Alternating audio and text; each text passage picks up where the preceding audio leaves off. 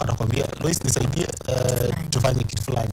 Kwa hivyo ni kazi ambayo ataifanya, lakini jinsi ambavyo tumesema it is water and Lois nisaidie imefanyika, tufanye watu wapende wasipende. Ni kazi ambayo deputy president mpya na ni yeye ataendelea kwa deputy imefanyika. Zile hisia zingine ambazo tunazo, kama kuna watu ambao hawakufurahi, utakuwa na nafasi yako kuonyesha William Ruto ya kwamba hujafurahi. One of these 5 days utakuwa na nafasi yako, na ukiwa na hiyo nafasi itumie vizuri. Na kama umefurahi na zile ambalo umefanya pia utakuwa na nafasi na ya kuonyesha William Ruto kwamba wewe umefurahi na yeye. Kama kuna mbunge ambaye hakukufurahisha jinsi ambavyo alifanya kazi hiyo siku ya kumuondoa Rigathi Gachagua, ama kuna senator hakukufurahisha, pia unayo nafasi na huyo member of parliament na senator. Wewe ngoja tu, kama hii ni wakati wa mtu kufurahi, wewe ngoja tu, hata wewe utakuwa na wakati wako, utafanya tu jinsi ambavyo wewe unataka kufanya. Bila shaka.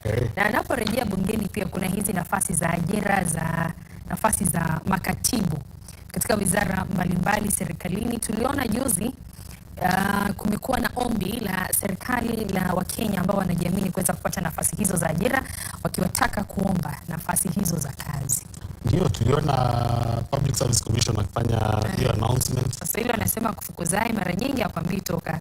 Na mara nyingi ukitaka kuweka pressure kwa mtu ambaye anafanya kazi, yuko kazi lakini unaona kazi yake imekuwa advertised.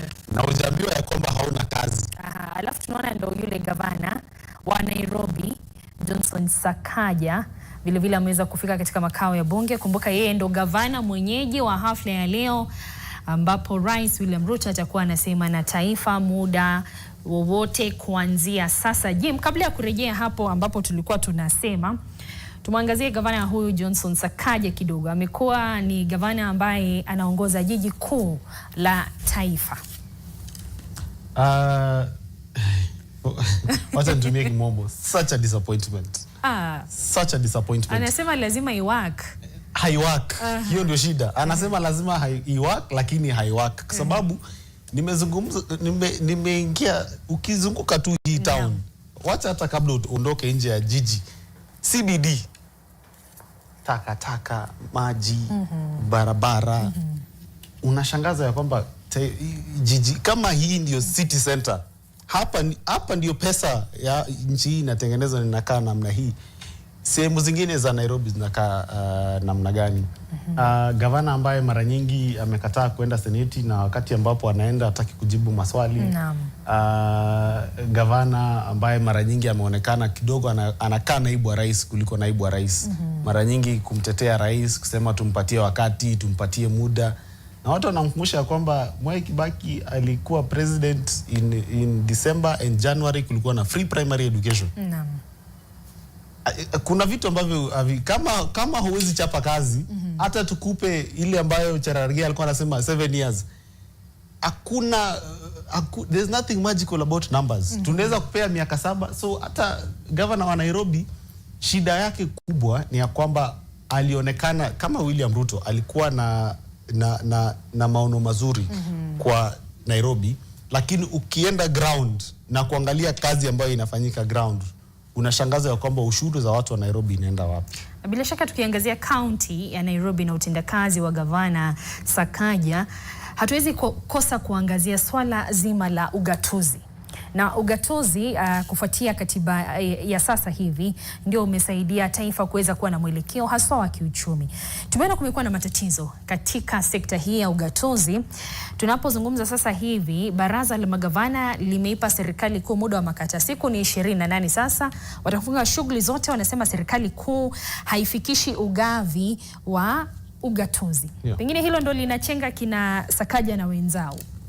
Wanasema ya kwamba ile disbursement ya mwaka huu hawajapata. Mwaka jana walipata. Mwaka uliopita walipata. Na nakubaliana na wao magavana ya kwamba ugatuzi kuna zile rasilimali ambazo tunahitaji kisheria kuwapa magavana ili waendelee kufanya kazi. Kwa maoni yangu pesa hiyo inahitaji kuongezeka, manake kazi nyingi inafanyika katika counties. Na ni vibaya sana kama kuna wakati kama kulikuwa na seneti na bunge la kitaifa walikuwa hawakubaliani.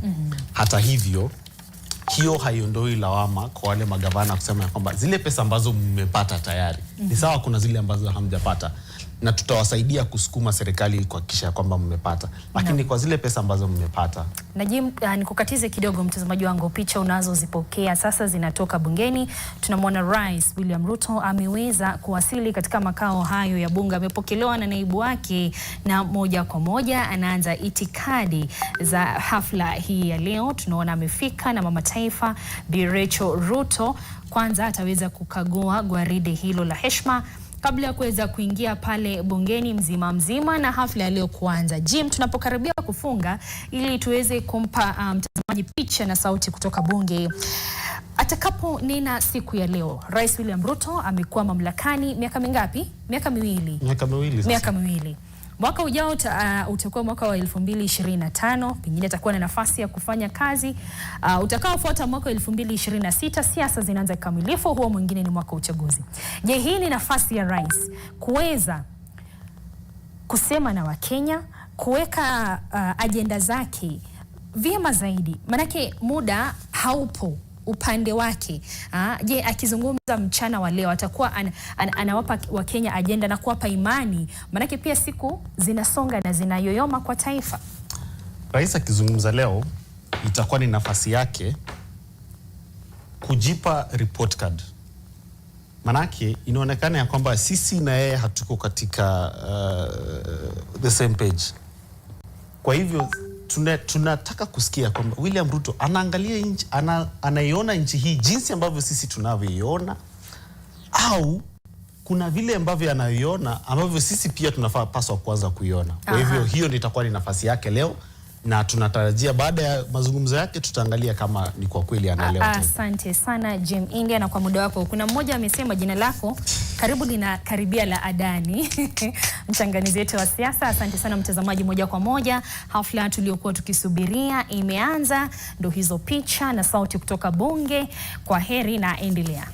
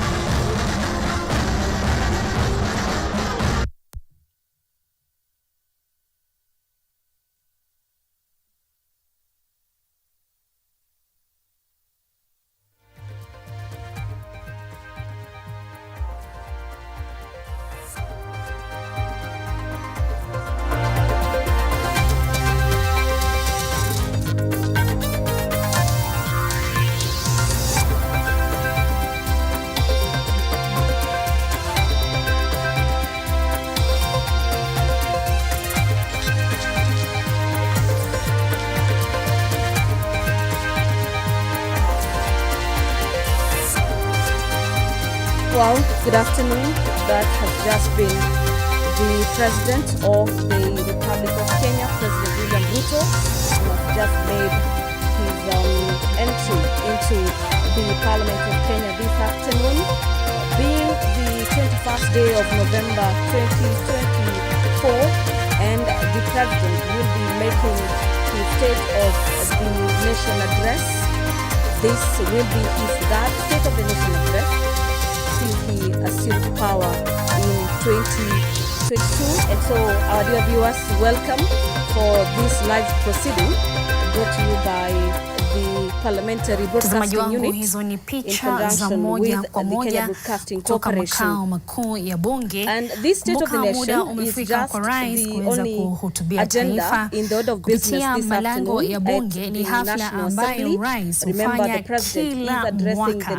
Tulimwona rais alipowasili anaweza kukaribishwa na naibu wa rais Kithure Kindiki kwa salamu pale akiwa pamoja na mama taifa Bi Ruto, na baada ya hapo rais akakuwa na nafasi ya kukagua gwaride la heshima. Kama unavyoona, hao ni baadhi ya wabunge wakiweza kufika ndani ya bunge, pengine waweze kuketi wakuwe sawa kabla ya rais kuweza kufika na kuweza kuhutubia taifa. Mtazamaji wangu, awali tulikuwa na nafasi ya kusema na Wakenya kutoka pande mbalimbali kupitia wanahabari wenza walio katika sehemu mbalimbali wakiongozwa na Ibrahim Karanja katika makao ya bunge na David Mothoka na vile wengine katika kaunti tofauti. Wakenya wengi wakisema wanasubiri kwa hamu na gamu hotuba yake rais mchana wa leo, lakini wengi wakimwomba rais aweze kusema ama kuzungumzia mambo ya hali halisi, jinsi serikali inavyokuwa ikiendesha mambo. Wengi wakiweza kukosoa rais kutokana na masuala ambayo yanahisi serikali ya Kenya Kwanza haijaweza kutekeleza pindi ilivyoahidi kutoka siku za kampeni na pale rais alipopata nafasi ya kukalia kiti hicho kwa muda wa miaka miwili sasa. Wakenya wengi, mtazamaji wangu, wakisema viwango vya umaskini vimeonekana kuongezeka. Wengi wakisema uchumi umekuwa hatari. Wakenya wanasema hata ingawa bei ya bidhaa imeanza kushuka chini, kwa mfano bei ya bidhaa ya unga wa ugali imeonekana kushuka chini, wengi wanasema hilo likifanyika lakini mfukoni hamna namna, hawawezi kujisitiri. Inakuwa ni swala la kutamausha, mtazamaji wangu, kujua baadhi ya Wakenya wanakosa kukimu mahitaji yao ya chakula pale nyumbani, hasa nyakati hizi ambapo watoto wamefunga shule na wanategemea wazazi kuwalishe mara kwa mara. Kingine ambacho Wakenya wameweza kuzungumza na kikajitokeza wazi ni swala la bima ya taifa, SHIF, wengine wanaita SHAM. Wakenya wengi wakisema hata ingawa rais amekuwa mstari wa kwanza wa kuweza kuongelesha Wakenya na kuambia SHIF itafanya kazi au SHA itafanya kazi, na hizi ni changamoto za mwanzo. Wakenya wanasema kabla ya hilo kufanyika, masuala ya afya ni muhimu. Maana masuala ya afya ni masuala ya uhai. Wakimtaka rais mchana wa leo kuweka mambo wazi, wengine wakitoa changamoto kwake na kumwomba ikiwa wanaona SHA haifanyi kazi waweze kurejelea NHIF. Ilikuwa maoni ya Mkenya mmoja kutoka kaunti ya Nyeri. Katika sekta ya elimu, Wakenya wengi wametoa malalamishi makubwa wakisema baada ya sekta ya afya rais mchana wa leo aweze kutatua masuala ya elimu. Kikuu zaidi ikiwa ni mfumo mpya wa kuweza kukimu wanafunzi wanaotoka katika familia maskini ili kukidhi karo yao katika vyuo vikuu. Wakenya wamesema kwa kauli mbiu. Tuliona wengine kutoka maeneo ya Eldoret, ikiwa ni kaunti nyumbani ya rais, wengine kutoka kaunti ya Kiambu, ikiwa ni kaunti ambayo iliweza kumpa rais kura nyingi sana katika uchaguzi uliopita, wakisema wanashindwa kupeleka watoto wao kupata masomo ya juu katika vyuo vikuu. Hii ni baada ya watoto kufanya bidii shuleni na kupata alama zinazohitajika kufika katika vyuo vikuu. Wanasema karo imesonga juu sana. Kando na karo kuongezwa, wanalalamikia mfumo huu mpya wa kuweza kufadhili Wanafunzi wanaotoka familia maskini ili kuweza kukimu karo yao katika vyuo vikuu. Wanasema HELB ya hapo awali ilikuwa afadhali. Vilevile wametaka mtaala huu wa CBC kuweza kuangaziwa kwa kina na serikali kuweka miundo misingi inayofaa, kikuu zaidi ikiwa ni kuongeza na idadi ya walimu ili walimu wawe na nafasi rahisi kidogo pale madarasani. Kuna lile swala la wanafunzi wa gredi ya 6 na wale wa gredi ya 9 kukosa miundo misingi bora kama vile darasa za kuweza kuendeleza masomo yao. Among key areas that we expect the president's speech to dwell on are health, education, security, as well as the status of the economy and matters to do with probable tax policies. Remember, this third State of the Nation address comes at a time when there has been concerns about abductions and forceful disappearances and cases of femicide being on the rise. And we heard the president just yesterday pledging to support the war against femicide with about 100 million shillings being the commitment of the executive that the country and the top in command is ready to slay this dragon of matters femicide. And we will equally be expecting the president to tell the nation the measures that the government has put in place to ensure that the dragon of corruption is slayed, and what further the government will be doing through its various independent bodies to ensure that the corruption issue remains a matter of the past.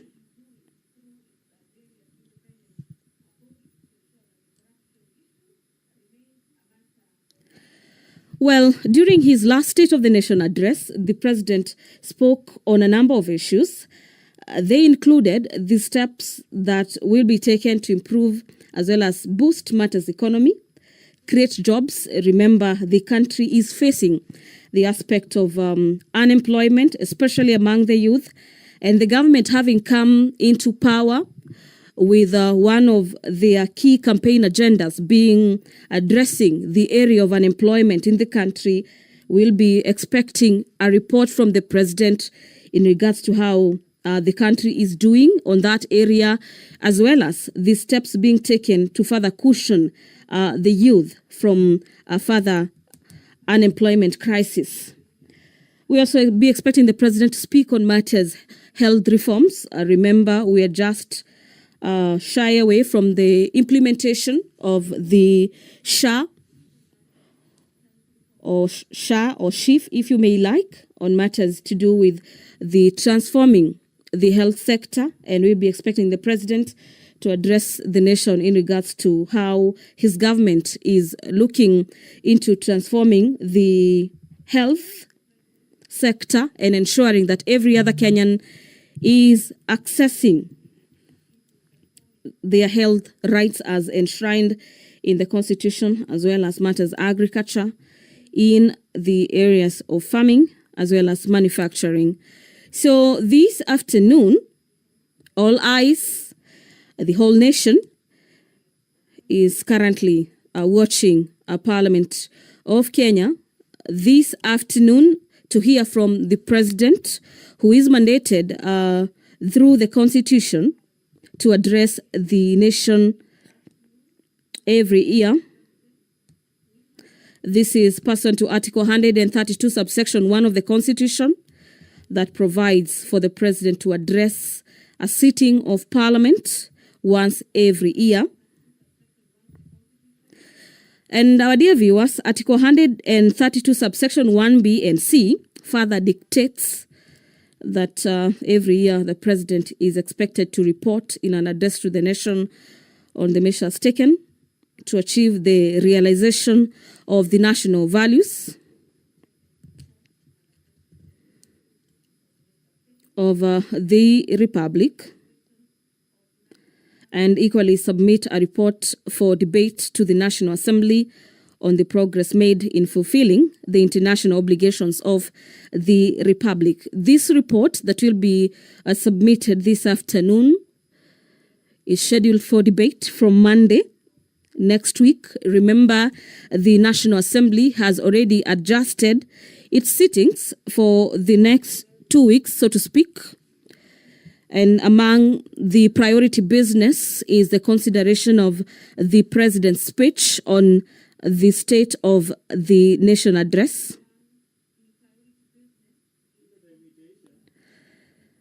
This year's address is coming technically about a fortnight after the swearing in of Deputy President Professor Kithure Kindiki. And we expect the president to address the measures taken to achieve the matters of national security, national values, and also highlight the achievement of his administration, such as the rollout as well as the uptake of the new social health insurance fund, popularly known as SHIF, that replaced the National Health Insurance Fund, also known as NHIF. So the president is currently with the speakers of the National Assembly as well as the Senate, where the president is expected to brief them as well as sign the voters book, bearing in mind that the president is a visitor today in the presence of Parliament. Thereafter, the president will be ushered into the chamber this afternoon by the both speakers of the National Assembly as well as the Senate. I'm speaking about Speaker Moses Wetangula as well as the Speaker of the Senate, Honorable Amason Jeffa Kingi. Before them will be the sergeant at arms, and here I mean the key bosses of the matters to do with the proceedings of the both houses of Parliament, technically making their way into the chamber this afternoon. And immediately after, the sergeant at arms carrying the mace make their way or do that step into the chamber this afternoon. The members of the National Assembly, as well as senators present and dignitaries present this afternoon, will be alerted that the Honorable President of the Republic of Kenya is already ready to get into the chamber this afternoon and do exactly that, which is the address of the nation that will be preceded by the announcement or probably the notification by the Speaker of the Senate as well as of the National Assembly, who are expected to do a convocation. From our indications, it appears that particular procession is about to take place. Remember, this being that all eyes are on Parliament as President William Ruto makes his much anticipated State of the Nation address. This State of the Nation address presenting a crucial opportunity for the President to outline his administration's progress, the challenges, as well as future plans in the period characterized by some so to speak, some economic turbulences, and there's heightened public expectations on this third State of the Nation address. It is technically a step-by-step march to the National Assembly's chamber this afternoon. And from your screens, you can see the maces of both houses of Parliament have made their way into the chamber this afternoon, closely followed by the clerks, as well as the president in between the two speakers, that is the Speaker of the National Assembly, as well as the Speaker of the Senate. And we expect the president to equally address matters to do with the cost of living. Dear viewers, allow me to hand you over back to the proceedings of these live proceedings, streaming to you live from the Parliament of Kenya and brought to you by the Kenya Broadcasting Corporation in conjunction with the Parliamentary Broadcasting Unit. My name is Gladys Mungai. Have yourself a great afternoon.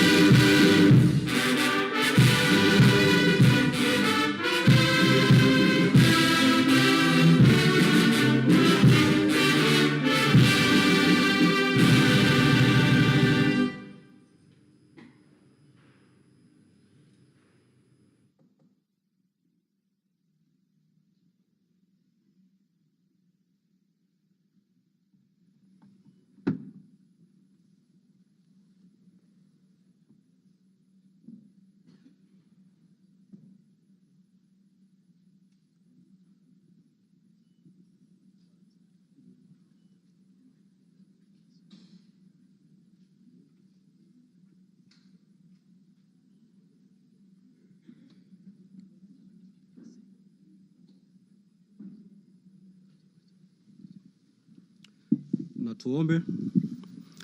Ewe Mwenyezi Mungu, twakusihi ututazame kwa neema nyingi na baraka, sisi watumishi wako ambao umeridhika kutuita kwa nyadhifa za uongozi katika jamhuri hii yetu. Twakuomba utuajalie tuyatende na kufikiria mambo yote yatakayofikishwa mbele yetu kwa njia ya haki na uaminifu, ili kustawisha amani, ufanisi na heri ya nchi yetu na wale ambao haja zao umezikabidhi mikononi mwetu. Amen. Tuketi.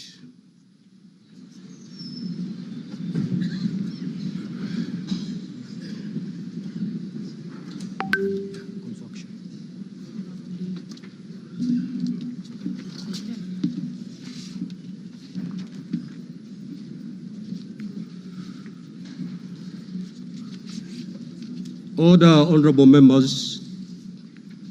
Let us all be seated. Thank you.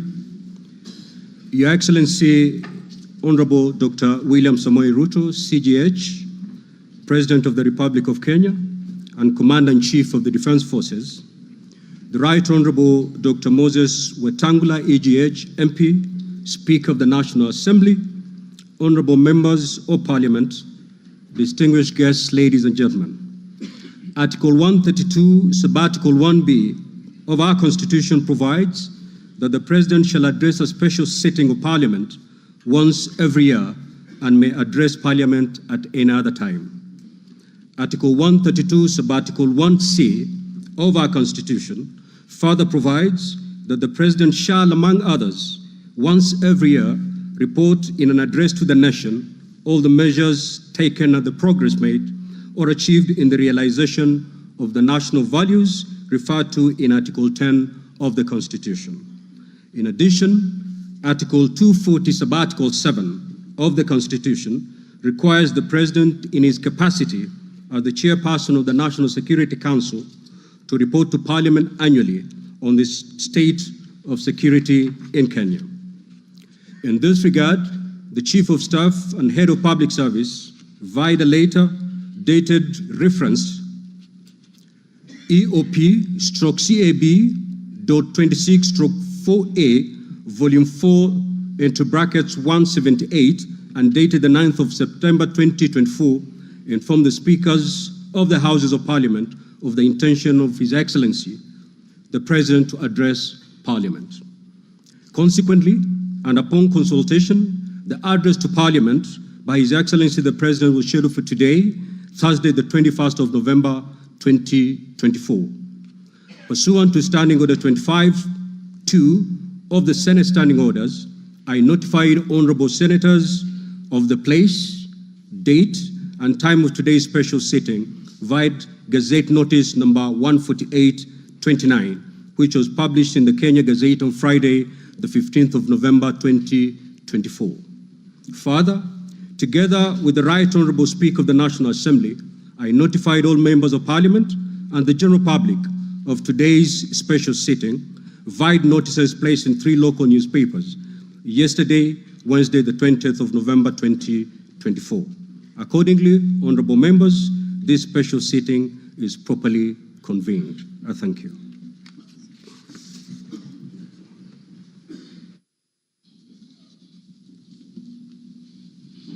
Your Excellency, Honorable Dr. William Samoei Ruto, CGH, President of the Republic of Kenya and Commander-in-Chief of the Defense Forces, the Right Honorable Amason King, EGH MP, Honorable Speaker of the Senate, Honorable Members of Parliament, members of the Diplomatic Corps, distinguished guests, ladies and gentlemen. Article 132(1)(b) of the Constitution requires the President to address the nation once every year and at any other time. Further, Article 132(1)(c) of the Constitution requires the President to once every year report in an address to the nation on measures taken and progress achieved in the realization of our national values. Additionally, Article 132(1)(c)(3) of the Constitution provides that the President shall submit a report for debate to the National Assembly on the progress made in fulfilling the international obligations of the Republic. In this regard, honorable members, By way of a message to the House, His Excellency the President conveyed his desire to address a joint sitting of the Houses of Parliament today, 21st November 2024. Therefore, pursuant to the provisions of Standing Order 22 of the National Assembly Standing Orders, and by Gazette Notice number 15327, which was published in the Kenya Gazette on 18th November 2024, and indeed as also notified to all members and the general public by way of newspaper notification published on 20th November 2024, I gave a notice of this special sitting of Parliament to the members of the National Assembly. Accordingly, honorable members, this special sitting is properly convened. Your Excellency, honorable members, distinguished guests, ladies and gentlemen, this year's President's address comes at a time when the country is set to host the 14th edition of the East African Community Interparliamentary Games. The Interparliamentary Games shall bring together participants from the member states of the East African Community and the East African Legislative Assembly, and are part of the deepening, widening, and tightening of the integration process. The Games are scheduled to commence next month on 7th December 2024 in Mombasa County, and all is set in readiness for these Games. Moving on, Your Excellency, it's in the custom of Parliament to recognize invited guests seated in our galleries. I therefore wish to recognize the following guests who are seated in the Speaker's row. Her Excellency Mama Rachel Ruto, First Lady of the Republic of Kenya, and other members of the First Family. His Excellency Honorable Professor Kithure Kindiki, the Deputy President of the Republic of Kenya and the spouse of the Deputy President, Her Excellency Dr. Joyce Kithure. Honorable Musalia Mudavadi EGH, the Prime Cabinet Secretary and Cabinet Secretary, Minister of Foreign Affairs and Diaspora Affairs. Your Excellency, honorable members, also present in the Speaker's row this afternoon are the Honorable Lady Justice Philomena Mbete Mwilu, MGH, Deputy Chief Justice and Vice President of the Supreme Court. She's accompanied by Honorable Justice Mohammed K. Ibrahim and Justice William Ouko, judges of the Supreme Court of Kenya. Also accompanying the Deputy Chief Justice are Honorable Justice Oscar Angote, presiding judge of the Environment and Land Court, Honorable Lady Justice Jemima Wanza Kelly, judge of the Employment and Labor Relations Court. We are also honored to have in our midst the immediate former speakers of the Houses of Parliament, the Honorable Justin Bedan Njoka Muturi, EGH, the Cabinet Secretary for Public Service and Human Capital Development, the Honorable Kenneth Marende, EGH, the Honorable Kenneth Makelo Lusaka, EGH, the current Governor of Bungoma County, Honorable Ekwe Ethro, and additionally, we also are pleased to be hosting a delegation visiting our Parliament from the Republic of the Gambia. Your Excellency, allow me to also recognize the chairperson of the Council of Governors, who is also the Governor of Wajir County, the Honorable Ahmed Abdullahi, and the Honorable Johnson Sakaja, Governor of the City of Nairobi County. May I also accord special recognition to all Cabinet Secretaries present, and particularly acknowledge 4 of them who are former ranking members of the Houses of Parliament, namely Aden Duale, EGH, former leader of the majority party in the National Assembly, Honorable Onesimus Murkomen, EGH, former Senate Majority Leader, Honorable John Badi, EGH, Honorable Opio Wandai, EGH,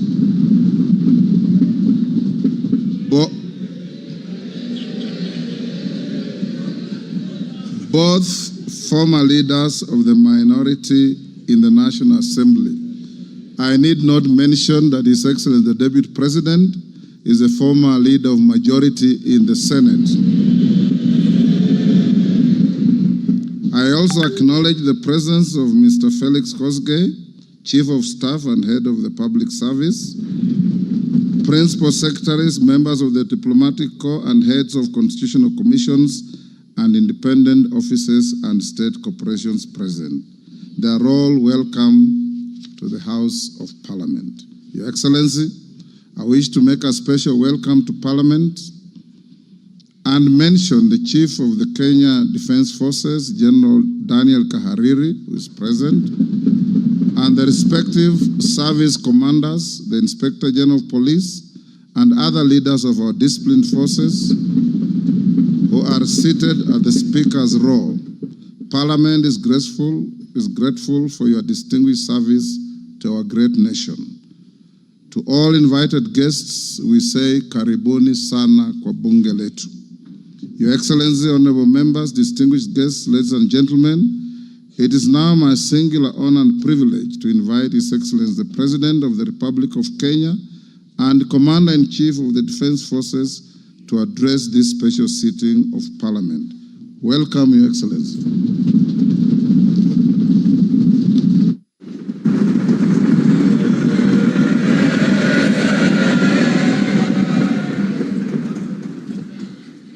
Thank you very much, Mr. Speaker.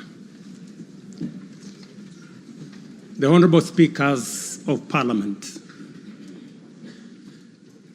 the Honorable Members, distinguished ladies and gentlemen, I'm honored to address you today in the fulfillment of the mandate vested in me under Article 1321C of the Constitution to report to you and to the people of Kenya on the measures we have taken and the progress we have made in realizing our national values and principles of governance, and to submit to you, honorable members, the progress made in fulfilling our international obligations. Since my last address, Kenya has undergone rapid change, occasioned by the collective awakening of the people in the understanding that the state of nation depends on the work we do individually and collectively. This realization extends not only to what we choose to undertake, but also to how we go about securing careers, livelihoods, and contributing to the grand enterprise of nation building. There has never been doubt, and now there is none whatsoever, that Kenya is a land of bold ambition, with our citizens always desiring and insisting on the best possible standards, not only for themselves, but also for their families and for our nation. Consequently, our democracy has empowered citizens to ask questions and demand changes in the way their affairs are managed, driving the wheels of our nation's social, political, and economic transformation faster in the direction of excellence and prosperity. Rare are the times when leadership is ahead of the people. We are always striving to steer the machinery of state and government to keep pace with the aspirations of our citizens. We have learned through the hard as well as the more customary ways that listening is a full-time occupation of leadership, and that all questions asked by the people must be answered thoroughly and in full. We have learned never to take anything for granted and make every effort to carry all our people along with us in the pursuit of our transformation. The context in which I make this national address is not only significantly different from previous occasions, but it is also a singular moment with unique historical implications for us all. It is an opportunity to affirm the principles and values of which our nation stands, review the steps we have taken, the path we have chosen in our journey of national development, and reinforce the commitments we have made to one another and to our beloved nation for the sake of the present and future generations. I do not take this for granted, and with utmost respect and humility before this august assembly of the people's elected representatives, I desire to respond to the most pressing concerns that have been raised by Kenyans of all walks of life in recent months.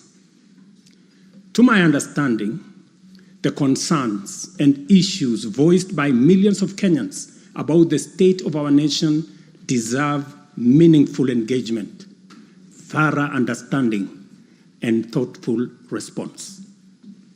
There are discussions about whether leaders understand the pain, hardship, and struggles endured by countless citizens every day as they strive to make ends meet, and whether the government is doing anything about it.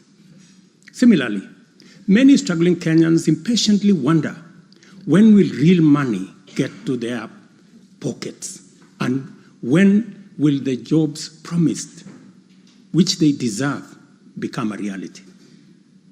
Additionally, there has been conversations about our education system, particularly the transition to the competence-based curriculum, and whether policies in this sector are working for or against Kenyans. Important questions have also been raised concerning the direction of development in relation to democracy, human rights, and fundamental freedoms, as well as the rule of law, transparency, and accountability.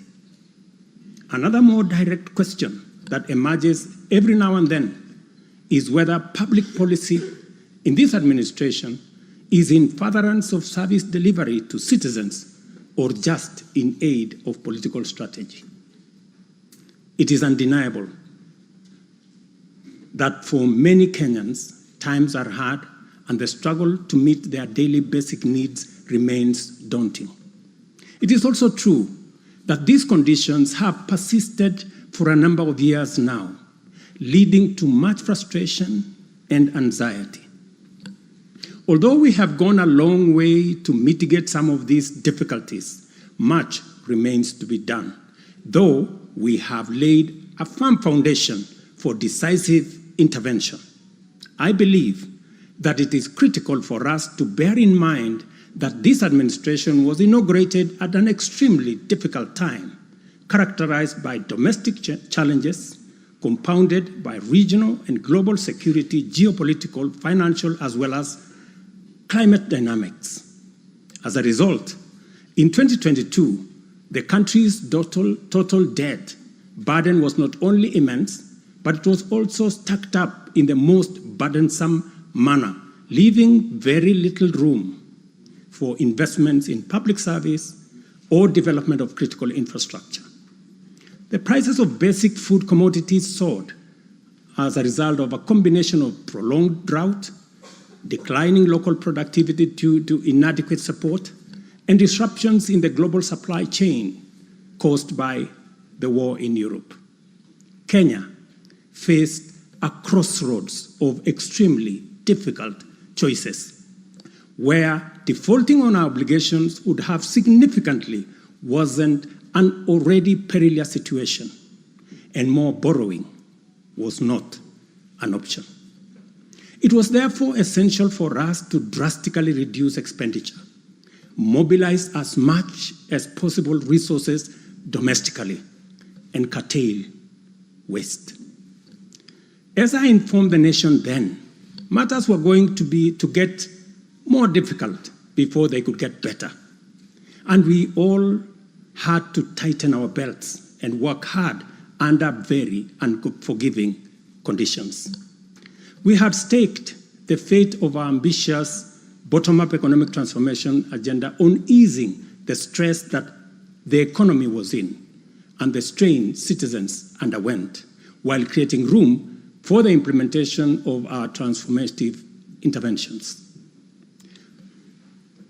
Members, I give this background to underscore two very important facts. First, we haven't been watching helplessly and doing nothing as adversity took a toll on the economy and undermine the livelihoods and well-being of the people. On the contrary, we have been working tirelessly to steer the country away from the brink of unprecedented economic collapse and onto a more promising trajectory. The second point is that while we may not be where we would like to be, we are certainly not where we were 2.25 years ago. At the same time, the cost of living was substantially high, with prices of basic commodities beyond the reach of many households. Today, I'm proud to report that the macroeconomic indicators point to a positive turnaround and an upward trajectory. Allow me to highlight a few milestones that underscore this progress.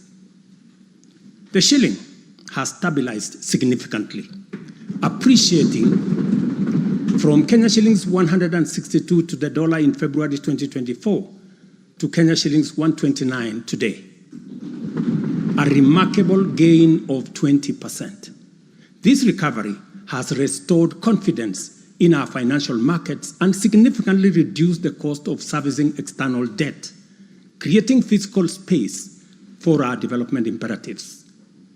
Inflation has declined dramatically from 9.6% in September 2022 to 2.7% in October this year, the lowest rate in 17 years. This achievement has been the consequence of favorable weather and our deliberate efforts to support farmers with affordable inputs, including subsidized fertilizer, leading not only to increased production but also productivity and lowering the prices of many cereals, including maize, pulses such as beans and peas.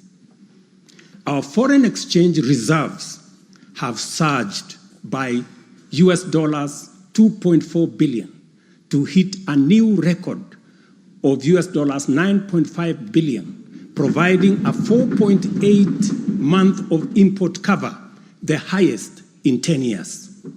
This resilience yields us or shields us from external shocks in the global economy and restores investor confidence. Ladies and gentlemen, interest rates are also trending downwards, reducing borrowing costs and freeing up fiscal space for growth-enhancing initiatives by business. Tax revenues have grown by 11.5% in the year to June 2024, reflecting the success of our tax-based expansion measures. The economy continues to grow steadily, recording a 5.6% growth rate in 2023, among the highest globally. We project 5% growth this year and 5.6% growth next year. Honorable members, our efforts to secure food security and stability are already bearing fruit. Since February, we have distributed subsidized fertilizer to 6.45 million registered farmers in 45 counties, enabling them to increase their yields. And this year, we have procured and through e-vouchers distributed 7 million bags of both planting and top dressing fertilizer to boost food production across the country. This intervention will see a projected increase in maize production, for example, to a record 74 million 90 kilogram bags. We have also concluded long-term agreements with 11 suppliers of assorted fertilizers so as to make this commodity available all year round. Fertilizer for the long rains season will be stocked in outlets nationwide, ensuring our farmers are ready to plant, grow, and produce. This forward momentum will not only increase our agricultural output, but also reduce our reliance on costly food imports, securing a more self-reliant and a more prosperous Kenya. This approach, rooted in my administration's policy to support production rather than subsidize consumption, has already made food more accessible, more affordable, to many households. Today, Kenya boasts substantial national stocks. 47 million bags of 90-kilogram bags of maize are in our stores. 8.8 million bags of beans, 10.4 million bags of wheat, and 2.1 million bags of rice. Slowly but surely, we are building a food-secure Kenya, where families need not to worry or worry less about their next meal. In the sugar sector, we have achieved a historic milestone. All 17 sugar factories across Kenya are now operational, producing at impressive levels, while 4 new sugar factories are under construction. In July alone, domestic sugar production reached 84,000 metric tons, surpassing the national monthly consumption average of 40,000 metric tons. For the first time in recent history, Kenya is producing enough sugar to meet our local demand. This success is attributed to many factors: subsidized fertilizer for sugarcane farmers, an additional 500,000 acres that has been brought under production, and improved management of the sugar sector, which have revitalized production and brought the industry back to life. I just signed, as you know, the new sugar laws to provide further policy guidance as we seek to be a sugar exporting country shortly. In the coffee sector, we are on track to increase exports from 51,000 metric tons this year to 150,000 metric tons by 2027. The government has also raised disbursements from the Cherry Advance Fund from 2.7 billion to 6 billion Kenya shillings, complemented by an additional disbursement of 1.5 billion by the Commodities Fund. Average prices at the Nairobi Coffee Exchange have risen by 25%. And in the last financial year, the country produced and exported 48,000 metric tons, earning farmers Kenya shillings 25 billion. Additionally, 320,000 bags of fertilizer have been allocated specifically for the coffee sector, and we will be working with cooperatives to make sure this fertilizer is distributed at the nearest possible destination to the farmers. These interventions are expected to boost smallholder farmer earnings from Kenya shillings 300,000 to 500,000 per acre annually by the year 2027. The dairy sector remains a vital value chain with a quick turnaround impact on households in the economy. The government of Kenya has released and you members approved 3 billion shillings to modernize the new KCC, ensure farmers are paid on time, and maintain a high price of Kenya shillings 50 per litre. As a result, intake to KCC has increased from 100,000 litres a day to 220,000 litres a day by last month.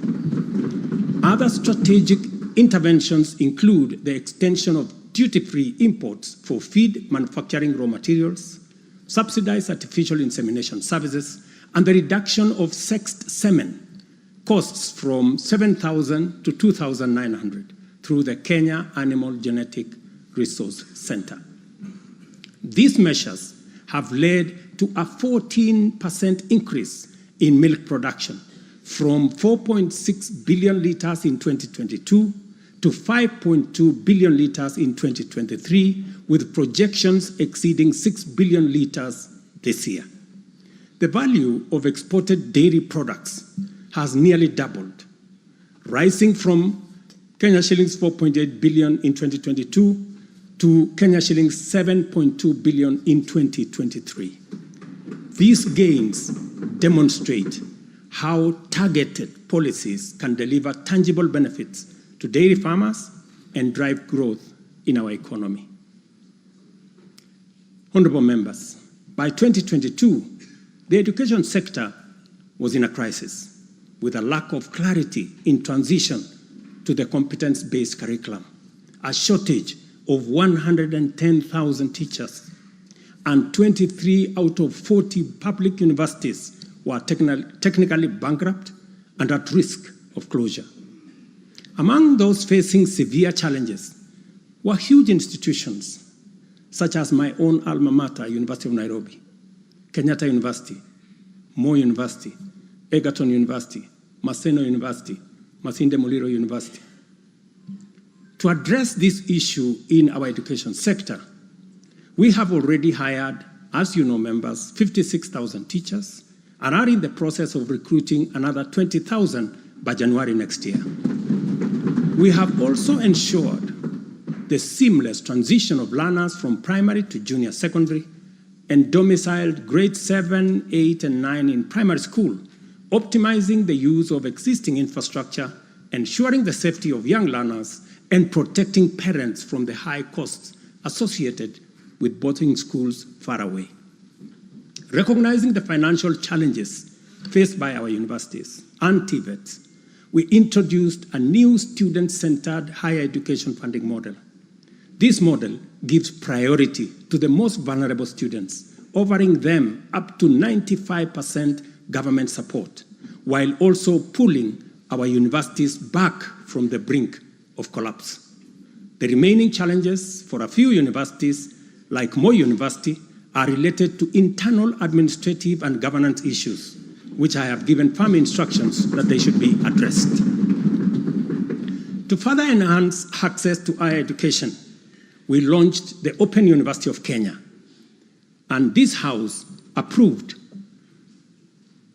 that exercise, paving the way for more students to achieve their academic goals. The institution's first cohort of students is scheduled to graduate next week on the 29th of November 2024. Honorable members, universal health coverage is a cornerstone of our transformation agenda and a matter that touches every Kenyan family. Despite health being a devolved function, we acknowledge the immense financial burden that comes with health. Counties have struggled with shortages of medicine, equipment, sometimes staff, hindering service delivery and leaving countless Kenyans with suboptimal access to health care.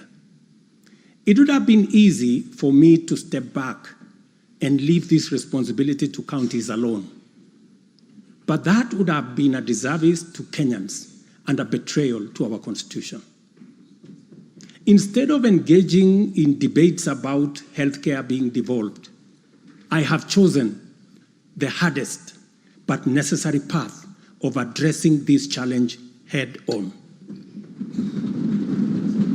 Health delivery is not just about fulfilling a constitutional mandate by whatever level of government.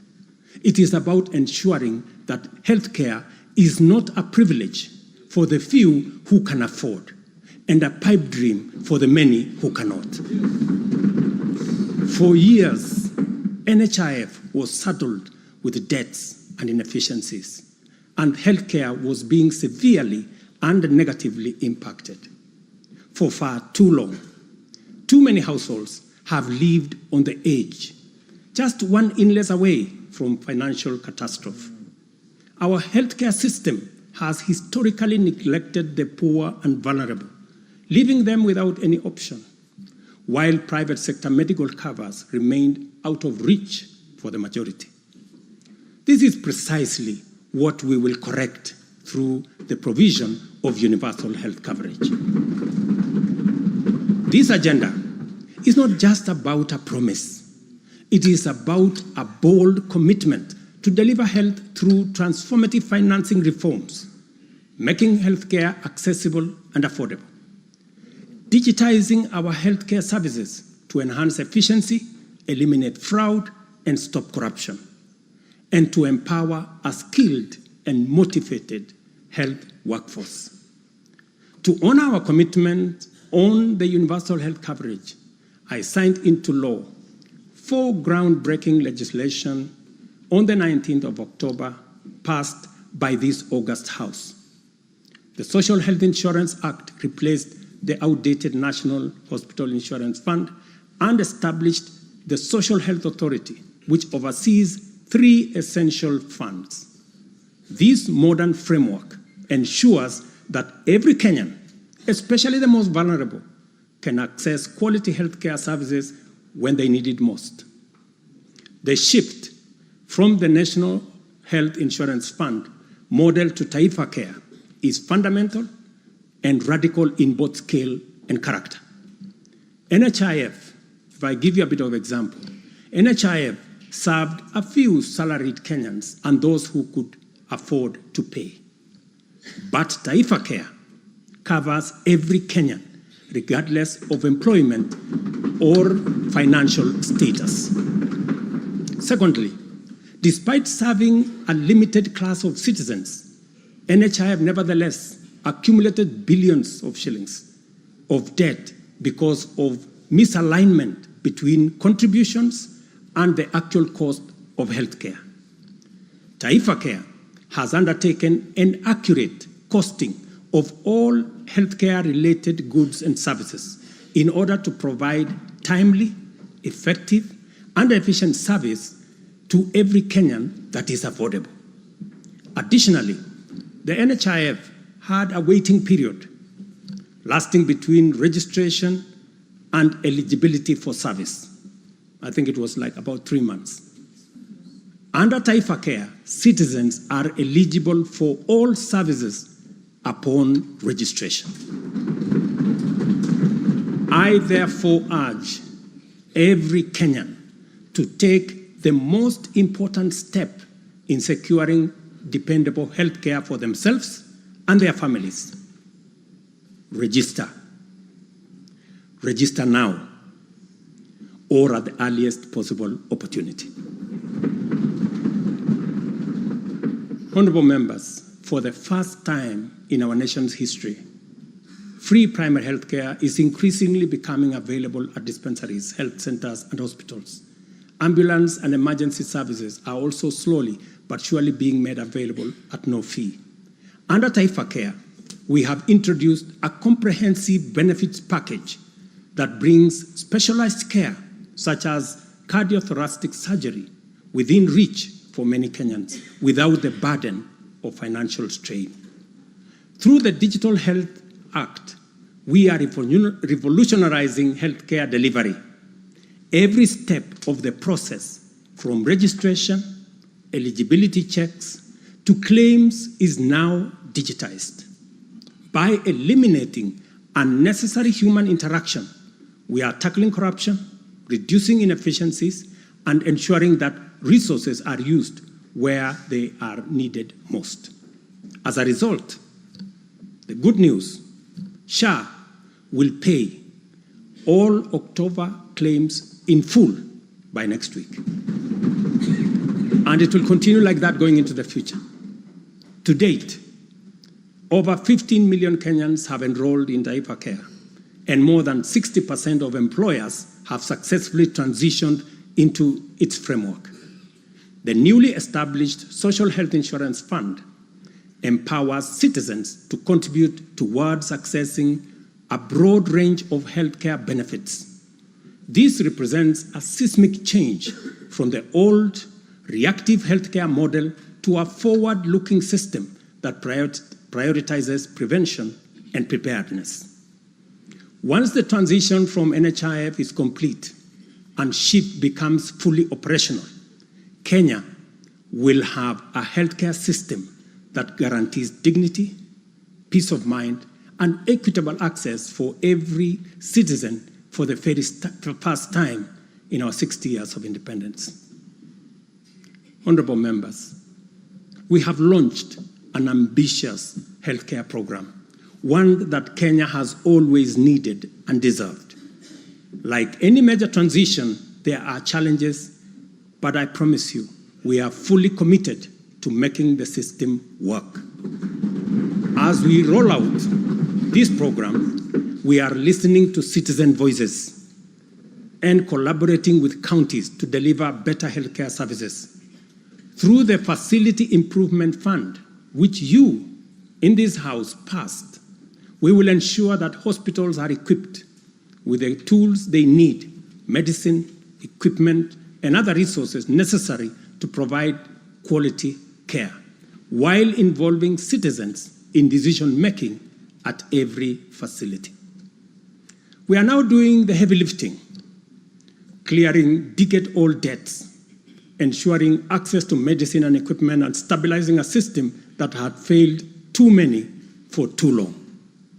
We are building a healthcare system that serves every citizen with equity and dignity. Over the past month, we have disbursed Kenya shillings 5 billion to settle historical debts owed to the public, private, and faith-based medical facilities, some of which have been pending for over a decade. Another 3.7 billion will be disbursed tomorrow. This underscores our commitment to ensuring uninterrupted delivery of healthcare services, and we will continue to clear the remaining balances in a phased-out approach over the coming months. This sustained effort aims to restore confidence in the healthcare system and ensure seamless access of quality services. Honorable members, there is a compelling body of data projecting that not only is the future of humanity urban, but also that Africa has the fastest rate of urbanization. Kenya is no exception, and in fact, many of our counties are urbanizing rapidly. Dear Kenyans, we have a date with an urban future, and the only choice we have is what this urban future will look like. Will it be characterized by decent, dignified, safe, and livable neighborhoods and communities? Or will it be haphazard, unsanitary, and unsafe slum dwellings? This is the fundamental question that our affordable housing plan seeks to answer. Kenya has a serious housing deficit, and the cost of housing is beyond the reach of the majority. While the social and economic efforts of this shortage are far-reaching, rent as a component of the cost of living is unsustainable. People are forced to choose between enduring long, punishing commutes to faraway homes or taking up less desirable spaces within reach. Supplying the number of units required to fill the affordable housing gap requires us to undertake construction throughout the country at the rate of 200,000 new housing units every year for 10 years. Many people have asked why they should be interested in affordable housing project in rural areas. If you look around, you will witness the signs of our urban future. Land sizes are becoming smaller as the population grows in rural agricultural areas. To protect agriculture and food security from the effects of uncontrolled land fragmentation, urbanization must be planned and must be controlled. And the affordable housing program is therefore a vital component of integrated land use planning and development program that we are implementing throughout the country and in every county. Each unit of housing drives demand for different types of labor, professional services, and materials, bringing laborers, masons, bricklayers, artisans, electricians, and carpenters, as well as architects, engineers, and quantity surveyors, lawyers, real estate economists into the equation. Affordable housing is also a major opportunity for manufacturers, developers, and other industries. In other words, the economic boost from housing pillar of our bottom-up economic transformation agenda is significant and undeniably much needed. As we speak, affordable housing now directly accounts for 164,000 new jobs created over the past 1 year. Honorable members, today marks a significant milestone in our journey towards providing decent and affordable housing for all. After 2 years of hard work under the Affordable Housing Program, I am proud to announce, and you have seen it in the newspapers, the launch of the sale of the first 4,888 housing units, now in completion, across 21 social housing projects. These units, comprising studios, 1-bedroom, 2-bedroom, and 3-bedroom homes, are tailored to meet the needs of our people, offering 1,041 social housing units, 2,133 affordable housing units, and 1,714 affordable middle-class housing units in 24 counties. I invite every Kenyan above the age of 18 to join this historic journey towards home ownership. Guided by our principle of fairness, one ID, one house, every eligible Kenyan is encouraged to express interest, visit these developments, view the show houses, and engage with on-site staff who are already too willing to assist. The allocation process will be transparent and equitable, ensuring that every qualified applicant has an equal opportunity to own a home. Honorable members, as part of the government's endeavor to build a nation grounded in intergenerational equity, opportunities, and empowerment for all Kenyans, we have made significant strides in implementing another key pillar of our manifesto, labor migration. This initiative seeks to harness Kenya's abundant human capital by creating meaningful job opportunities abroad, empowering our citizens, and positioning Kenyan talent on the global stage. Since July 2023, we have successfully facilitated employment of 105,367 Kenyans across multiple countries in a wide range of jobs. These opportunities span professional, semi-skilled, skilled, and unskilled sectors, including positions for nurses, teachers, and chefs. The National Employment Authority, the lead agency driving our ambitious initiative to create jobs opportunities for qualified Kenyans locally and internationally, currently has a role of 560,000 job openings worldwide. I have encouraged many members to participate in this space. Our focus extends beyond destinations such as the United Kingdom, Canada, Australia, Bahrain, Oman, United Arab Emirates, Germany, Saudi Arabia, Kuwait, and Qatar. We are also expanding our reach by actively negotiating bilateral labor agreements with new potential markets, including Russia, Poland, and Jordan. These efforts are driven by our commitment to open up new pathways for employment, ensuring that Kenyans are well represented in the global workforce. In the digital economy, we are expanding last-mile fiber optic connectivity using the extensive Kenya Power Transmission Lines network to the most remote and underserved areas of Kenya, and making significant strides to establish digital and ICT hubs. This has created a foundation for digital transformation, enabling IT economy workers, young digital creators, and entrepreneurs to access a wealth of opportunities locally and globally. By bridging the digital divide, we are empowering our youth to compete on an equal footing in the global marketplace and showcasing Kenya's ingenuity and innovation.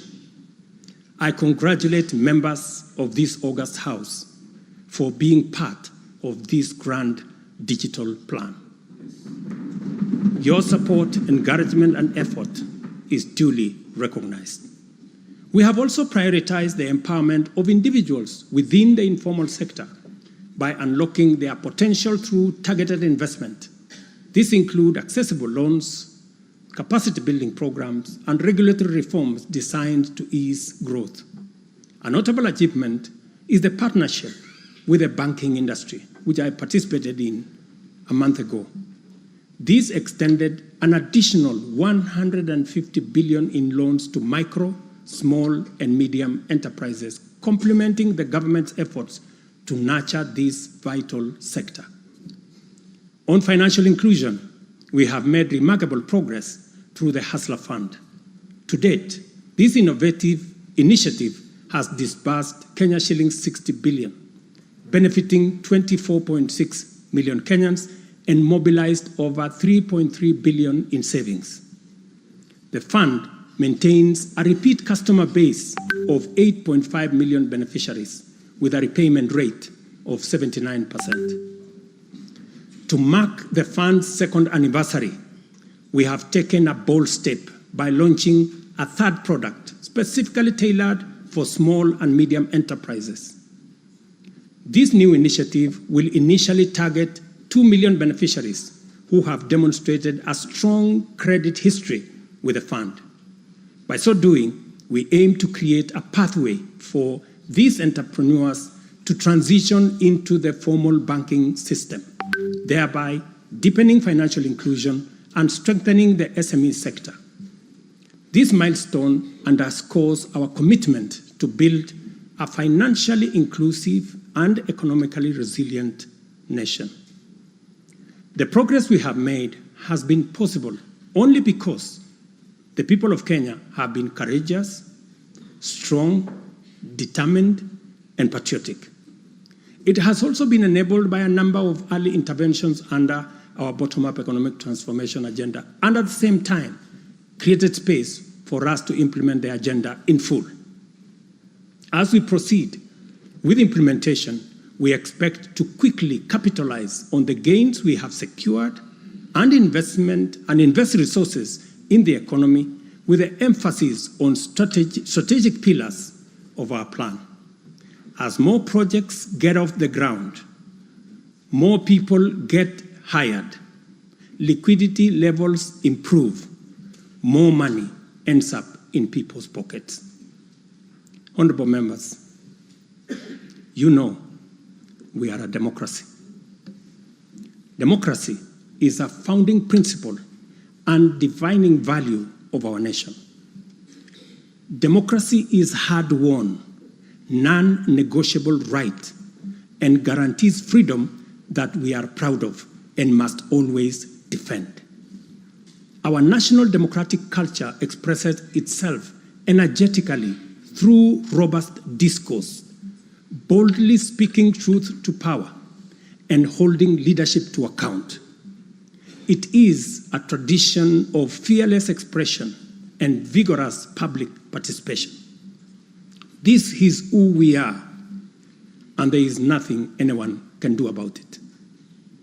We understand, therefore, that protests are always legitimate and permitted by the Constitution. Protests are conducted by citizens who are peaceful and unarmed. Assemblies, demonstrations, and picketing to advance constitutionalism, increase accountability, and defend the rule of law are constitutional imperatives.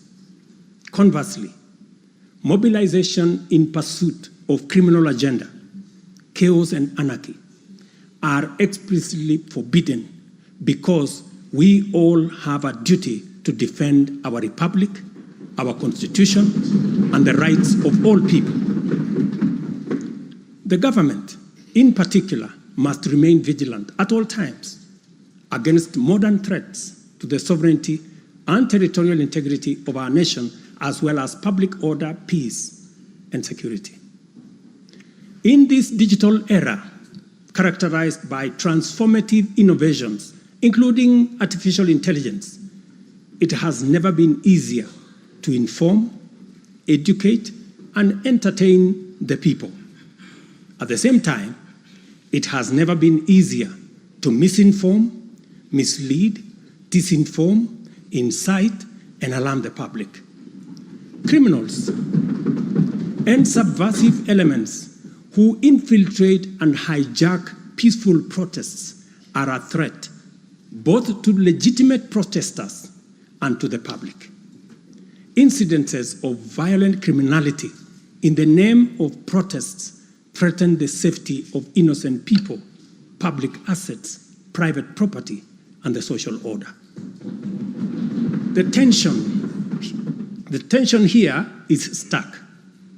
We have a democracy which we are proud of, must defend, and should deepen by all means.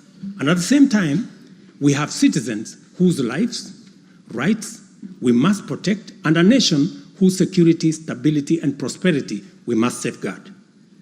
The task at hand is complicated if citizens and state agencies dilute the distinction between the lawful and the criminal, the just and the unjust, thereby making it difficult to tell protesters and security officers from bandits, gangsters, and criminals. It is only by following the law that we are able to achieve our aims and apportion accountability properly. It should not be possible for robbers and looters to escape accountability by claiming that they were taking part in a protest. Likewise, it should not be possible for security officers to wound, maim, or even kill citizens and claim that they were engaging violent criminals. We all have a duty to make the necessary distinction and to do so clearly to protect democratic expression and guarantee public safety and security.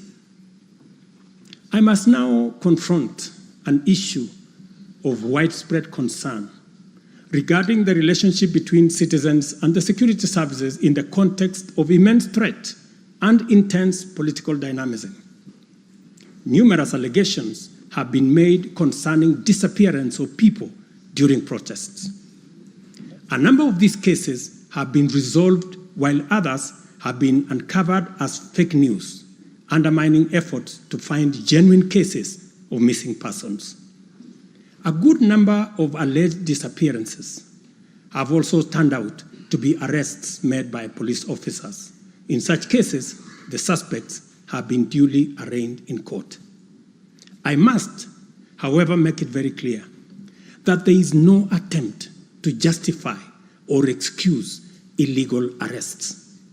Such would be a serious threat to the life and liberty of citizens. I condemn any excessive or extrajudicial action which puts the life and liberty of any person at risk, including disappearances and threats to life.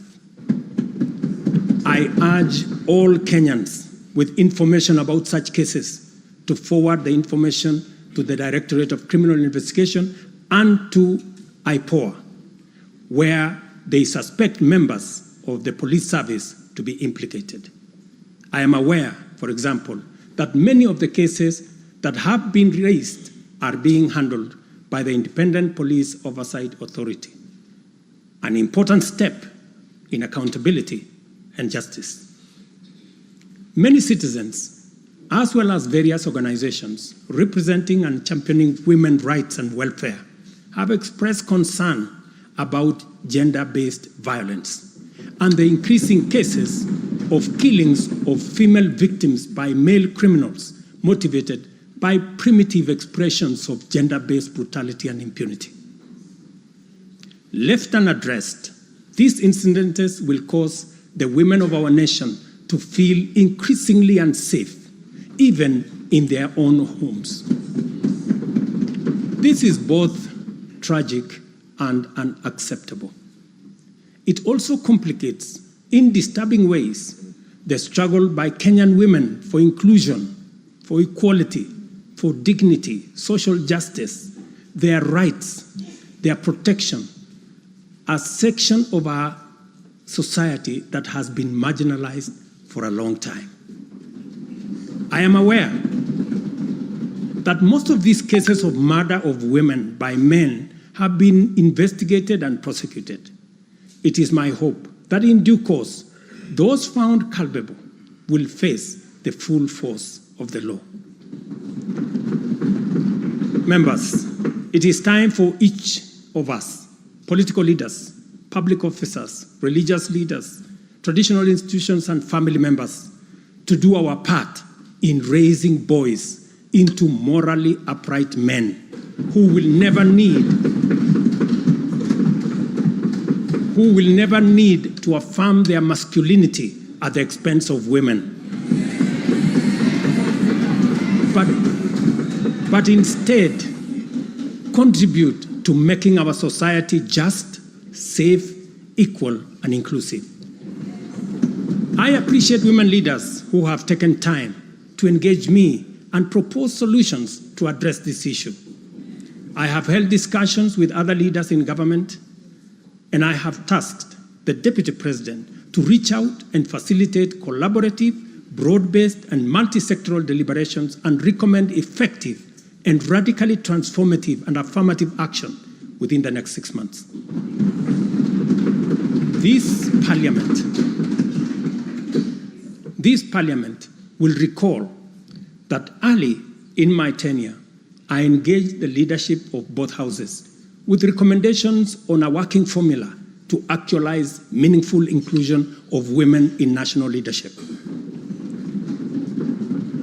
We must seriously question the drivers and the motives of resistance and reluctance to take the next step in actualizing the 2/3 gender rule. We must call out those who continue to sabotage this right of women to contribute to the governance of our nation. Women are not second-class citizens. They deserve equal representation at all levels.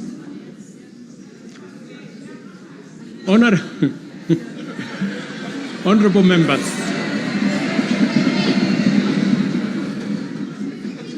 without a doubt, honorable members, without a doubt, every shilling of our national revenue matters and must be used to deliver maximum value to Kenyans.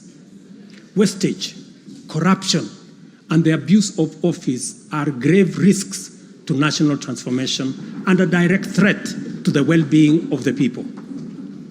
I have given my full commitment to serve as a responsible steward of public resources. To begin with, I have championed the automation and digitization of government services and revenue collection to promote transparency, seal loopholes that lead to revenue losses, enhance accountability, and eliminate opportunities for corruption, therefore improving efficiency, transparency, and integrity. I am delighted to report to this House on the dramatic improvements we have recorded by automating and digitizing our revenue collection and service delivery through eCitizen. We have so far digitized 20,855 government services, up from 350 in 2022, representing an increase of almost 6,000%, while we have significantly improved revenue collection.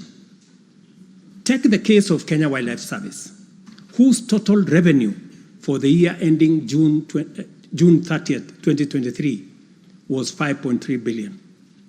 But after implementing a digital revenue collection system, the revenue grew to 7.6 billion in the year ending June 30th this year, representing a 43% increase. This initiative alone has firmly put KWS on the path to self-sufficiency, freeing the corporation from reliance on exchequer support. I commend the teams at KWS, as well as all other government institutions that have leveraged technology and the digitization process to improve revenue collection.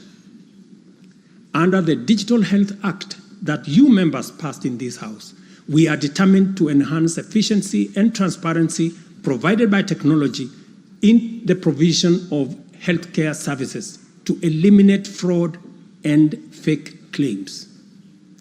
Tax revenue mobilization by the Kenya Revenue Authority, starting with its customs revenue system, is equally being worked on to ensure that revenue leaks are eliminated. Because corruption is a serious risk to social justice, sustainable development, and national security, and the bottom-up economic transformation agenda, I am harnessing our working relationship with other arms of government to encourage the judiciary and parliament to enhance integrity and efficiency by adopting digitization and automation. As I do so, I must caution that all these measures will only achieve intended results if, and only if, the institutions charged with combating corruption and promoting efficiency and integrity stop hiding behind the transparent screen of independence and rise up to meet the people's expectation on matters integrity. Let me say this.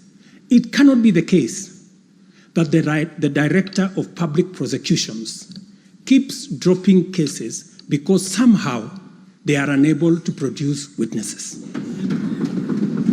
It cannot also be the case that corruption suspects rush to court to obtain anticipatory bail that shields them from due process and enables them to compromise investigations. There is also no reason for corruption cases to drag in our courts for years when the same courts are able to determine election petitions and related disputes within 6 months. Members, it is also unacceptable for the Houses of Parliament to deny the nation a much-needed instrument in the war against corruption by continuing to sabotage the passage of the Conflict of Interest Bill.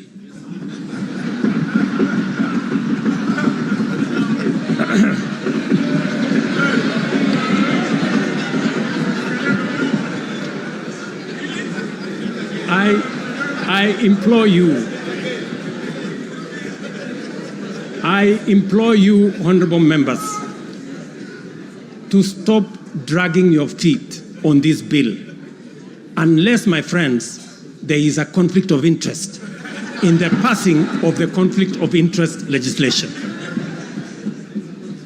Similarly, the National Treasury has been dragging its feet in the implementation of an e-procurement system for the last 10 years. Today, I have directed the National Treasury to roll out the e-procurement system by the end of the first quarter of 2025 and ensure that going forward, only procurement undertaken through this system is sanctioned and paid for. Of the many difficult assignments I have undertaken, this fight against corruption is one I now take on with resolve going forward. Let this serve as notice to all. Independent institutions charged with this responsibility must up their game, pull up their socks, and match up to the expectations of the people of Kenya. Honorable members, I have stated in the past and now reiterate today that in the face of undisputed evidence or credible information on corruption, I will not hesitate to take decisive action. Accordingly, I now direct, in furtherance of the principles enshrined in Article 10 of the Constitution on transparency and accountability, and based on new information provided by investigative agencies and partner nations, that the procuring agencies within the Ministry of Transport and the Ministry of Energy and Petroleum immediately cancel the ongoing procurement process for the JKIA expansion public-private partnership transaction, as well as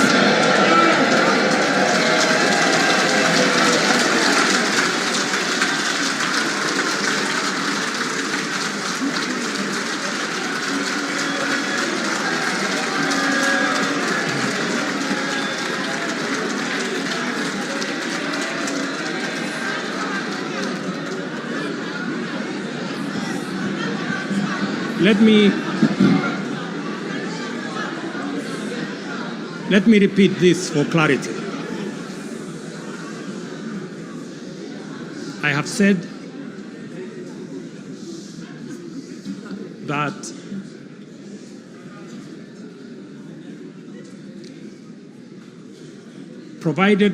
because of the information that has been provided to us by partner nations, I have directed agencies within the Ministry of Transport and the Ministry of Energy and Petroleum to immediately cancel the ongoing procurement process for JKI expansion public-private partnership transaction, as well as the recently concluded Ketrago transmission in public partnership procurement contract.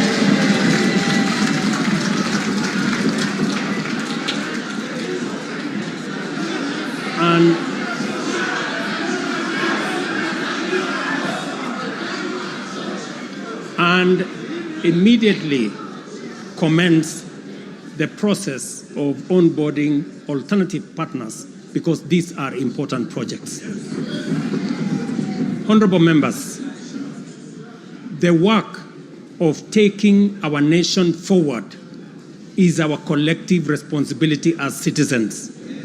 For this reason, we value the contribution of all, whether they come in the form of support or encouragement, suggestion or proposal, criticism or protest.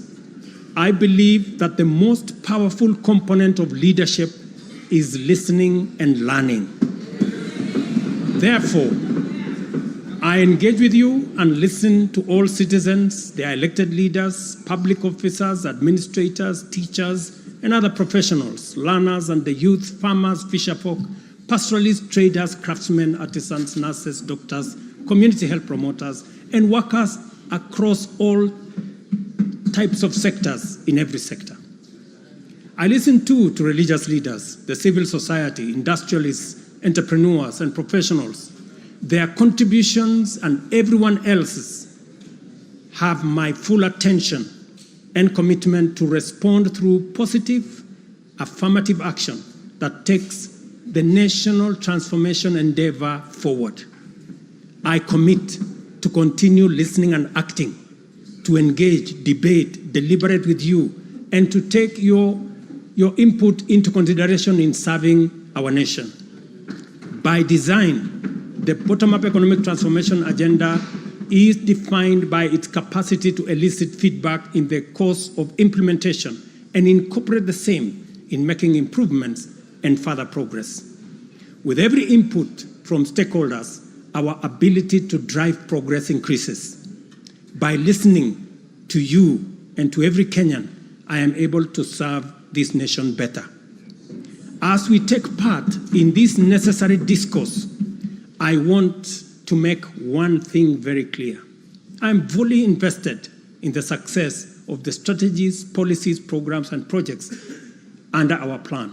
For this reason, I am committed to do all it takes and work with every willing Kenyan until we succeed, because failure is not an option. Given the challenges our nation has faced, it has become clear, honorable members, that overcoming these obstacles requires the collective energy, the collective wisdom, ideas, and goodwill of Kenyans of all political, cultural persuasions, religious beliefs, and walks of life. The wisdom of entrenching national unity and inclusivity as a national value in our Constitution is clearly evident. Our diversity is our source of power. And this moment in the history of our nation calls for radical collaboration to transcend our challenges. We do not have the luxury of magnifying our differences. It is time for all of us to pull together and usher the nation into the future of our dreams. With this in mind, I initiated extensive consultations with leaders from across all divides, public and private. Through these engagements, we resolved to reimagine unity and inclusivity and harness the full potential of our nation through bipartisanship, which culminated in the formation of the broad-based cabinet. The imperative to accommodate the contribution of leaders across the aisle inspired us to constitute the broad-based government, a partnership based on shared purpose and premised on a commitment to bring our national values into action to turbocharge the implementation of the transformation of our nation. Being a farmer myself, transformation is like farming. A lot of resources are invested in plowing the land and planting the seeds, after which there is nothing to see for all the work except stretches of bare earth. Impatience might lead to anxiety and lamentation of the waste of effort in seed buried in the earth. However, after a brief wait, seedlings sprout, requiring close attention, weeding, and patient tending into the crop that will be ready for harvest. So is economic transformation. It requires hard work, investment of resources, patience, and faith. We have planted the seed, and all over the field, it is beginning to sprout. While admittedly there remains much to fulfill, our collective hope to deliver the national economic transformation that this nation so dearly deserves is on course. I am proud to declare that we have also made undeniable progress in building on the strong foundation laid in previous years and getting the national development project off the ground.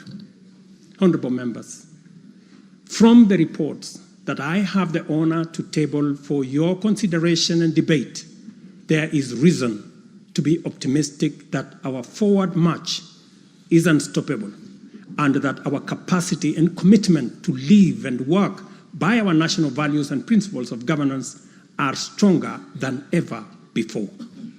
Our nation is a proud member of the international community, making our contributions to the global progress boldly and with great determination.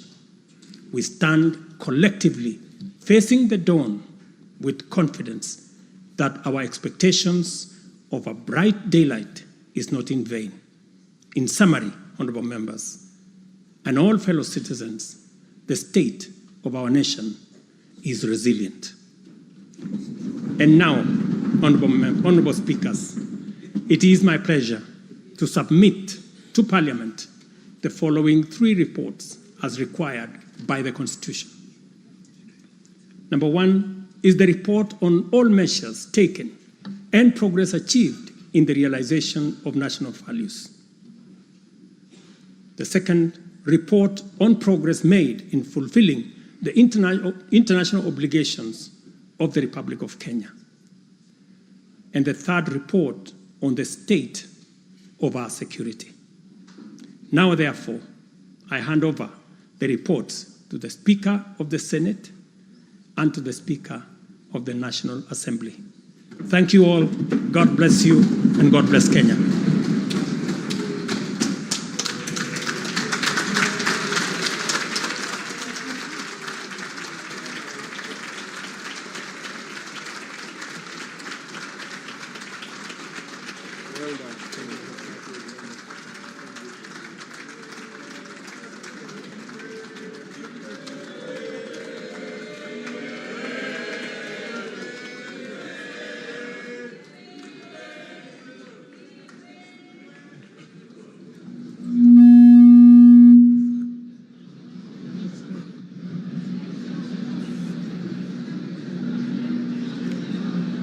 Order, honorable members, Your Excellency the President, the Right Honorable Speaker of the National Assembly, honorable members, distinguished guests, please be upstanding.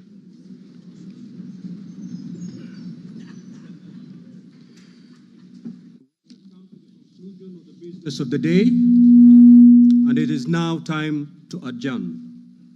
The Senate stands adjourned until Tuesday, the 26th of November, 2024, at 2:30 p.m. in the Senate chamber. Honorable members of the National Assembly, The National Assembly now stands adjourned until Monday, 25th November 2024 at 2:30 p.m. May I also take this opportunity on Monday. I repeat, the National Assembly stands adjourned until Monday, 25th November 2024 at 2:30 p.m. May I take this opportunity to invite all honorable members and our guests to a reception at the Parliament courtyard. May I also request all of you honorable members and our guests to remain standing in your places until the procession of His Excellency the President and the speakers of the two houses leave the chamber.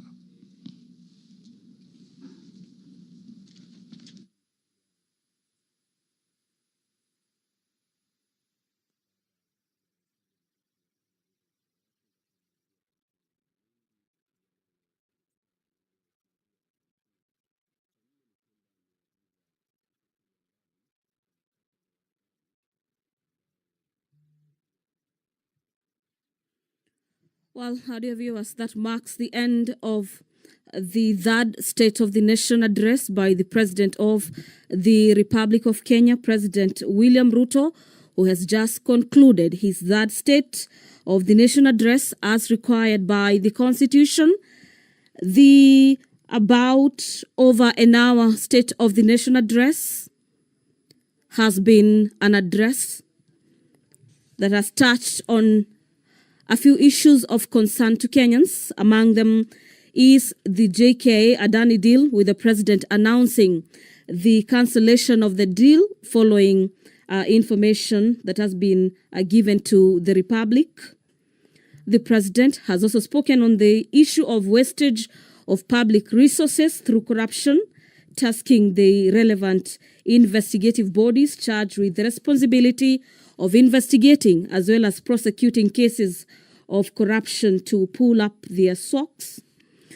The other takeaway from this third State of the Nation address is the aspect of the actualization and realization of the 2/3 gender rule, with the president announcing that the women of Kenya are no longer going to be second-class citizens, and that his government is going to ensure that women in their numbers, that is a 2/3 gender rule, is actualized in matters governance. The president has equally spoken on matters of affordable housing, issues of concerns to Kenyans, among them the issues of police abductions and the rising cases of 2/3 gender rule, with the president saying that his government remains committed in ensuring that the rising cases of femicide in the country are brought to about nil. This speech has also spoken on matters to do with corruption, stabilization of the economy, with the president highlighting that the economy has stabilized. On matters corruption, the president has spoken on the issues of those charged or alleged to have committed corruption cases rushing to courts to get anticipatory bails. The president says that is compromising matters investigation and derailing justice to the public, owing to the fact that their monies has been stolen by a few persons expected to uphold the integrity of the offices that they hold. Well, that's marking that State of the Nation address. The president has ended his address by submitting the 3 reports required of him by the Constitution to be tabled to Parliament. Among the reports is the report of the state of the security of the country. And dear viewers, on behalf of the production team that made this live production possible, allow me to hand over back to the broadcasting house for our viewers watching on KBC Channel 1 My name is Gladys Mungai. Have a great afternoon.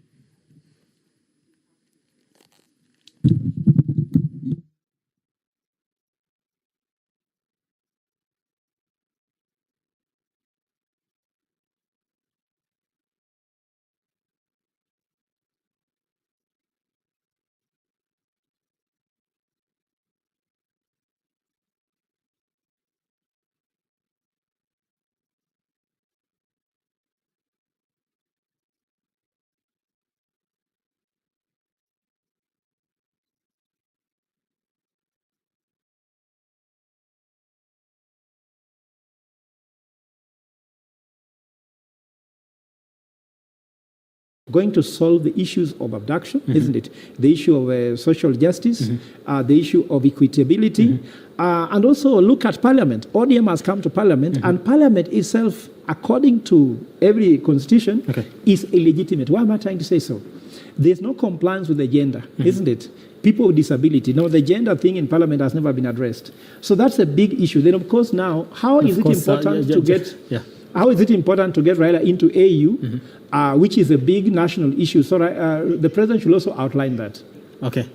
All right, the Deputy President, that is Kithure Kindiki, has already arrived at the National Assembly ahead of the President William Ruto's address this afternoon, addressing the two houses of the National, or two houses rather, on the state of the nation, giving us a report on exactly where we are, and where we are supposed to be going. Of course, so those are live pictures coming to you live from Parliament buildings. All right, we expect the President to be making his way any moment from now, because it is 2:09, and the address is supposed to be starting at 2:30 p.m. this afternoon. Okay. Yeah, so I was just finishing the issue that Raila will be going for his election in 2025 in February, and it has become like a state project. It's been taken, like, even there's a Ministry of Foreign Affairs working on it, there's a budget for it, a jet has been put in place. So we also expect him to tell us that after investing this much, because Raila's leadership at AU is so significant with Kenyan economic, let's say, direction, what can we expect from this? How can we expect? So we expect him to get to address that particular issue? Yeah, because it's a policy. It's a policy. It's been money invested in it. Okay. And it's a broad-based government that brought Raila Odinga into government. All right. And this is now, by Raila announcing I'm going to AU, you see everything change. The weather changed properly. Now there's a purge in Parliament. There's alignment in the National Assembly, which he's coming to. There's alignment in the national government. The former deputy president left because if not Raila, Kindiki could have not been deputy president. Okay. So you see, those are issues that must be addressed, because equity, uniting the nation together. The president has been talking about the uniting the nation. How are you uniting the nation when we might be trying to isolate any part of the country? So the issue of Raila going to AU is significant, because a jet being put aside, isn't it? 10 billion shillings being invested in that campaign, isn't it? Raila's candidature is important. So we want Kenya to understand, because there are a lot of misunderstanding. People think that Raila is going to AU is a personal achievement for Raila. Yet it has a national interest, and it's very important for Raila to get this seat there, because it will bring investors. We are looking for creation of jobs. How can AUCC help us assist Kenyans to create jobs? We are looking for attracting foreign direct investment. How will Raila sit in AUC attract investors to come to Kenya, so that we can help achieve the Kenyan dream? All right. Still on the issue of human rights violation, and Steve, of course, you work with the human rights. Talk to me about this in terms of if you're going to be taking stock of exactly what happened in the last year, and also what is happening today, and what you expect to see in the coming days. And of course, we did have protests in 2023, the SYMO, led protest against the finance bill 2023, and also the cost of living. We saw protests this year. We've seen human rights violation left, right, and center. It's not even something that we can say it's allegedly. It has been there in most cases, because we've seen that live on TV. Let's talk about that from where you sit as a human rights activist. Where are we? Thank you very much, Brian. So firstly, I want to view this from our lenses, which we try to look at everything from a very human rights-based approach. And using our lenses and from where we sit, there has been extremely gross violations of human rights. I want to start by highlighting that This year we literally celebrated, I don't know whether it was a celebration or marked 14 years since we got the Constitution of Kenya 2010. Yeah. And with this constitution, it has been marked as a very progressive constitution. Kenya had been marked as a very safe haven for everybody who was looking for asylum, everybody who was running away from any human rights violations in their countries. Kenya was the place to be. But fast forward to 2024, we are seeing a complete degeneration and a complete water down of this safe haven that Kenya has been. And we can start from the abductions situation. And from abductions, we can clearly see that the state agencies, let me just say every duty bearer, because it just encompasses a good level of the state and all its agencies, highlighting that, look, we don't know who is abducting people, which is very concerning in one way or another, because based off the amount of apparatus and amount of personnel and security agencies in this country, they